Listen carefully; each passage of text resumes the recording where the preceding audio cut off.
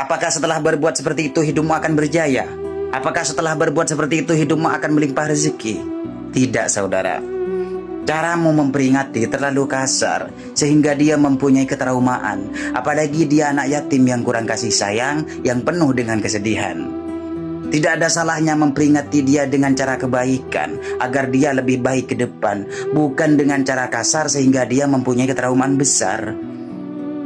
Tangan yang kau lepas itu hanya membuat dirimu sendiri tertindas.